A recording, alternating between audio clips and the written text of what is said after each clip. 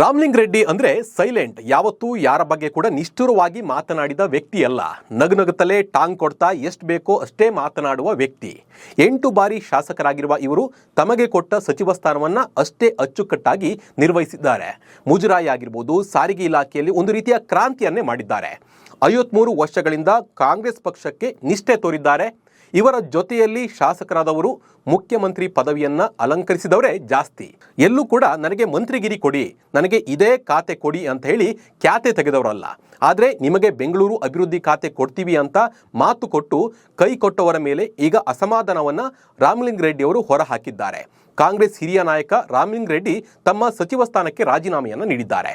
ಈ ಬಗ್ಗೆ ಕಂಪ್ಲೀಟ್ ಮಾಹಿತಿಯನ್ನು ನೀಡ್ತಾ ಹೋಗ್ತೀನಿ. ನಾನು ನಿಮ್ಮ ಶಿವರಾಜ್ ಬಾಣಂಕಿ. ನೀವು ಸುದ್ದಿಯಾನದ ಸಬ್ಸ್ಕ್ರೈಬರ್ ಆಗೋದನ್ನ ಮರಿಬೇಡಿ. ಡಿಕೆಶಿ ಸಿಎಂ ಆಗಿ ಅಧಿಕಾರ ವಹಿಸಿಕೊಂಡಿದ್ದಾರೆ. ಆದರೆ ಈಗ ಡಿಕೆಶಿ ಸಂಪುಟದಲ್ಲಿ ಖ್ಯಾತೆ ಶುರುವಾಗಿದೆ. ಡಿಕೆ ಸರ್ಕಾರದಲ್ಲಿ ಒಂದು ರೀತಿಯ ಬಿರುಗಾಳಿ ಎದ್ದಿದೆ. ಪಕ್ಷಕ್ಕಾಗಿ ದುಡಿದವರಿಗೆ ಅನ್ಯಾಯ ಆಗ್ತಿದೆ ಅನ್ನೋ ಕೂಗು ಜೋರಾಗಿದೆ. ಅಂದಹಾಗೆ ಡಿಕೆಶಿ ಜೊತೆ ಪ್ರಮಾಣ ವಚನ ಸ್ವೀಕಾರ ಮಾಡಿದ 13 ಸಚಿವರಿಗೆ ಖಾತೆ ಹಂಚಿಕೆ ಮಾಡಲಾಗಿದೆ. ಆದರೆ ಖಾತೆ ಹಂಚಿಕೆಯಲ್ಲಿ ಡಿಕೆ ಶಿವಕುಮಾರ್ ರಾಮಲಿಂಗ ರೆಡ್ಡಿಗೆ ಅನ್ಯಾಯ ಮಾಡಿದ್ರ ಅನ್ನೋ ಪ್ರಶ್ನೆ ಎದ್ದಿದೆ.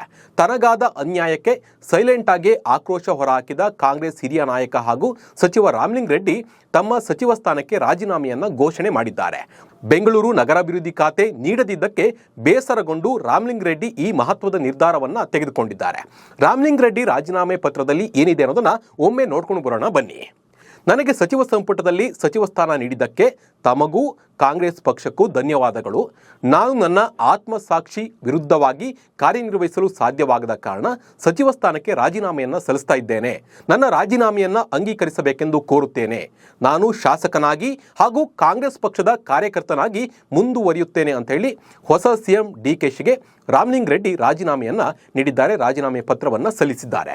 ಕಾಂಗ್ರೆಸ್ ಹಿರಿಯ ನಾಯಕ ಮತ್ತು 8 ಬಾರಿ ಶಾಸಕರಾಗಿ 6 ಬಾರಿ ಸಚಿವರಾಗಿ ಸೇವೆ ಸಲ್ಲಿಸಿದ ರಾಮಲಿಂಗ ರೆಡ್ಡಿ ಇದೇ ಮೊದಲ ಬಾರಿ ತೀವ್ರ ಅಸಮಾಧಾನವನ್ನು ವ್ಯಕ್ತಪಡಿಸಿದ್ದು ಕಚೇರಿಗೆ ಆಗಮಿಸಿ ಸಚಿವ ಸ್ಥಾನಕ್ಕೆ ರಾಜೀನಾಮೆಯನ್ನು ಘೋಷಣೆ ಮಾಡಿದರು.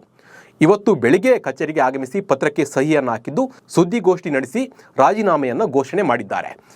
ಇನ್ನು ರಾಮಲಿಂಗ ರೆಡ್ಡಿಯನ್ನು ಯಾರು ಕೂಡ ಸಿಟ್ಟಾಗಿ ನೋಡಿಲ್ಲ. ಆದರೆ ಅವರು ಒಮ್ಮೆ ತಮ್ಮ ಟವೆಲ್ನಿಂದ ಮುಖ ಒರೆಸಿಕೊಂಡ್ರೆ ಒಂದು ಕಠಿಣ ನಿರ್ಧಾರ ತೆಗೆದುಕೊಂಡ್ರು ಅಂತಾನೆ ಅರ್ಥ.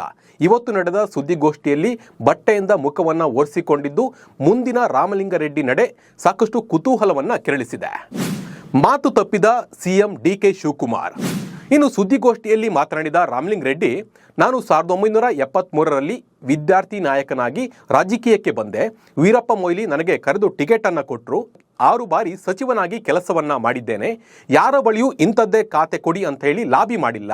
ಅವರೇ 2 ಬಾರಿ ಕರೆದು ಬೆಂಗಳೂರು ಅಭಿವೃದ್ಧಿ ಕೊಡ್ತೀವಿ ಅಂತ ಹೇಳಿ ಈಗ ಕೊಡಲಿಲ್ಲ. ಈ ವಿಚಾರಕ್ಕೆ ಬೇಸರವಾಗಿ ಈ ನಿರ್ಧಾರ ತೆಗೆದುಕೊಂಡಿರುವುದಾಗಿ ರಾಮಲಿಂಗ ರೆಡ್ಡಿ ಅವರು ಸ್ಪಷ್ಟನೆಯನ್ನು ನೀಡಿದ್ದಾರೆ. ಸಿಎಂ ಆಗಿ ಪ್ರಮಾಣ ವಚನ ಮಾಡುವ ಹಿಂದಿನ ದಿನವೇ ಹೋಗಿ ಭೇಟಿ ಮಾಡಿದ್ದೆ. ನಾನು ಯಾರಿಗೂ ಮಂತ್ರಿ ಮಾಡಿ ಅಂತ ಕೇಳಿಲ್ಲ. ಆದರೆ ಅವರೇ ಕರೆದು ಬೆಂಗಳೂರು ಖಾತೆ ಕೊಡ್ತೀನಿ ಅಂದವರು ಇದೀಗ ಮಾತು ತಪ್ಪಿದ್ದಾರೆ ಅಂತೇಳಿ ರಾಮಲಿಂಗ ರೆಡ್ಡಿ ಬೇಸರವನ್ನ ವ್ಯಕ್ತಪಡಿಸಿದ್ದಾರೆ. ಇಲ್ಲಿ ಇನ್ನೊಂದು ವಿಚಾರ ಗಮನಿಸಬೇಕು. ಸಿಎಂ ಡಿಕೆ ಶಿವಕುಮಾರ್ ಈ ಬಗ್ಗೆ ಕೇಳಿದ್ರೆ ಇದೆಲ್ಲ ಹೈಕಮಾಂಡ್ ನಿರ್ಧಾರ ಅಂತ ಹೇಳಿದ್ರಂತೆ.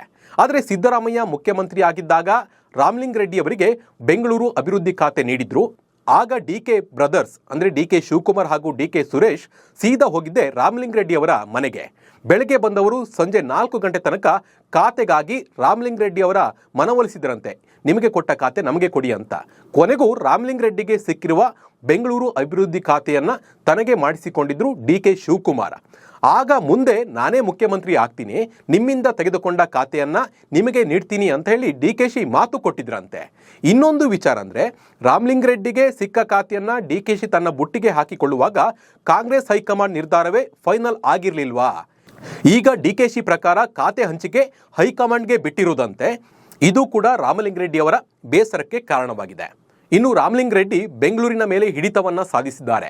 ಯಾಕಂದ್ರೆ ಇವರು ಬೆಂಗಳೂರಿನ ಸಚಿವರು, ಶಾಸಕರು. ಆದರೆ ಇವರಿಗೆ ಅದರ ಮೇಲೆ ಗೊತ್ತಿಲ್ಲದ ಜಲಸಂಪನ್ಮೂಲ ಸಚಿವ ಸ್ಥಾನ ಕೊಟ್ಟರೆ ಇವರಿಗೆ ಅಲ್ಲಿ ಕೆಲಸ ಮಾಡುವುದು ಕಷ್ಟ. ಅದನ್ನು ಬೇರೆ ಜಿಲ್ಲೆಯ ಸಚಿವರಿಗೆ ನೀಡಬಹುದಿತ್ತು. ಆದರೆ ಇಲ್ಲಿ ಡಿಕೆಶಿ ರಾಮಲಿಂಗ ರೆಡ್ಡಿ ಅವರು ಬೆಂಗಳೂರಿನ ಮೇಲೆ ಸಾಧಿಸಿದ ಹಿಡಿತವನ್ನು ತಪ್ಪಿಸೋಕೆ ಈ ನಿರ್ಧಾರಕ್ಕೆ ಬಂದಿದ್ದಾರೆ ಅಂತ ಹೇಳಲಾಗ್ತಾ ಇದೆ. ಇನ್ನು ಡಿಕೆಶಿ ಅವರು ಮಾತನಾಡಿ, ರಾಮಲಿಂಗ ರೆಡ್ಡಿ ಮತ್ತು ನಾನು ಒಳ್ಳೆಯ ಸ್ನೇಹಿತರು, ಆದಷ್ಟು ಬೇಗ ನಾನು ಅವರ ಮನವೊಲಿಸ್ತೇನೆ, ಸಮಸ್ಯೆಯನ್ನು ಬಗೆಹರಿಸ್ತೀನಿ ಅಂತ ಹೇಳಿದ್ದಾರೆ. ರಾಮಲಿಂಗ ರೆಡ್ಡಿ ಅಭಿಮಾನಿಗಳಿಂದ ಪ್ರತಿಭಟನೆ. ಇನ್ನು ರಾಮಲಿಂಗ ರೆಡ್ಡಿ ಅವರು ಕ್ಲೀನ್ ಹ್ಯಾಂಡ್ ಸಚಿವರು, ಇಲ್ಲಿ ತನಕ ಇವರ ಮೇಲೆ ಒಂದು ಕಪ್ಪು ಚುಕ್ಕೆ ಕೂಡ ಇಲ್ಲ. ಕಾಂಗ್ರೆಸ್ನ ಹಿರಿಯ ಶಾಸಕರು ಬೇರೆ, ಅಲ್ಲದೆ ಇವರೇ ಬೆಂಗಳೂರು ಅಭಿವೃದ್ಧಿ ಖಾತೆ ಕೊಡ್ತೀವಿ ಅಂತ ಹೇಳಿ ಈಗ ಮೋಸ ಮಾಡುವುದು ಸರಿಯಲ್ಲ ಅಂತ ಹೇಳಿ ರಾಮಲಿಂಗ ರೆಡ್ಡಿ ಅಭಿಮಾನಿಗಳು ಆಕ್ರೋಶವನ್ನು ಹೊರಹಾಕ್ತಿದ್ದಾರೆ. ಅಲ್ಲದೆ ರಾಮಲಿಂಗ ರೆಡ್ಡಿ ಅವರ ಕಚೇರಿ ಬಳಿ ಕಾರ್ಯಕರ್ತರು ಪ್ರತಿಭಟನೆಯನ್ನು ನಡೆಸಿ ಆಕ್ರೋಶವನ್ನು ಹೊರಹಾಕ್ತಿದ್ದಾರೆ. ಅಯ್ಯಯ್ಯೋ ಅನ್ಯಾಯ ಅಂತ ಹೇಳಿ ಘೋಷಣೆಯನ್ನ ಕೂಗ್ತಾ ಇದ್ದಾರೆ. ರಾಮಲಿಂಗ ರೆಡ್ಡಿ ರಾಜೀನಾಮೆ ಮತ್ತು ನಗರಾಭಿವೃದ್ಧಿ ಖಾತೆ ತಪ್ಪಿದ್ರ ಬಗ್ಗೆ ನಿಮ್ಮ ಅನಿಸಿಕೆ ಮತ್ತು ಅಭಿಪ್ರಾಯವನ್ನ ಕಾಮೆಂಟ್ ಮೂಲಕ ತಿಳಿಸಿ. ನಮಸ್ಕಾರ.